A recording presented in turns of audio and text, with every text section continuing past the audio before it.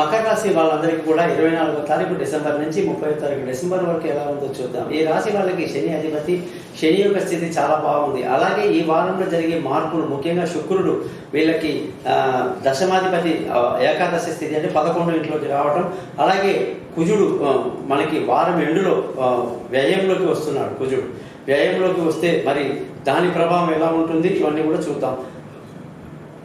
ఈ వారం పరిస్థితి కానీ బట్టి చూస్తుంటే వ్యాపారస్తులందరికీ కూడా ఈ వ్యాపారంలో అనేక నష్టాలు కలిగే అవకాశాలు వారం చివరిలో ఉంది. కాబట్టి మీరు ఇప్పటికే మీకు అన్ని కూడా ఏవైతే ఉన్నాయో శుక్రవారం లోపల అన్ని సర్దేసుకుంటే మంచిది. తర్వాత కదా నష్టానికి పోయే అవకాశాలు లేకపోలేదు.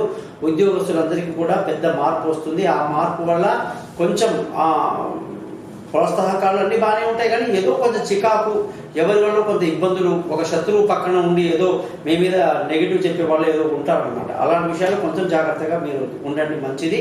ఇక ముఖ్యంగా ఈ రాశి వాళ్ళందరికీ కూడా శని మంచి స్థితిలో ఉండి మంచి ఆరోగ్యాన్ని, మంచి తెలివితేటల్ని, అలాగే ధన ఆదాయాన్ని, కుటుంబంలో సంతోషాన్ని, చదువులో ఇంట్రెస్ట్ని, పిల్లల పట్ల ప్రేమని, ముఖ్యంగా ఆ సెల్ఫ్ కాన్ఫిడెన్స్ని చాలా బాగా ఇస్తున్నాడు అనమాట. ఆ విధంగా మనకి శని బాగుంది.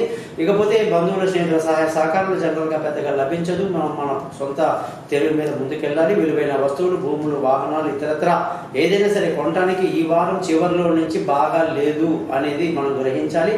సంతానం విషయంలో కానీ చూసుకుంటే పిల్లల యొక్క భవిష్యత్తు బాగుంది, విదేశీయానాలు బాగున్నాయి, తెలివైన నిర్ణయాలు తీసుకుంటారు, ఎక్కడ ఇబ్బంది లేదు. అలాగే ఆరోగ్యం పట్ల మీరు ఇప్పటి వరకు చాలా చాలా హ్యాపీగా ఉన్నారు.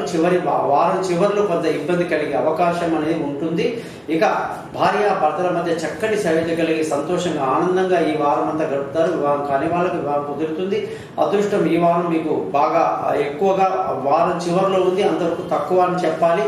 ఇక తండ్రి నుంచి పెద్ద సహకారం ఉండదు. ఉద్యోగస్తులందరికీ మంచి విషయాలు ఉన్నాయని చెప్పడం జరిగింది. వ్యాపారస్తులకు నష్టం కూడా చెప్పాను నేను మీకు. ఇక ఈ వారం అంతా కూడా ధనుసు రాశి, మకర రాశి వాళ్ళు మధ్య వీళ్ళకి ఇంద్రనీలం అనే రాయిని పెట్టుకొని 19 సార్లు శని మంత్రం చెప్తాను. అది చదవడం వల్ల అనేక శుభాలు జరుగుతాయి.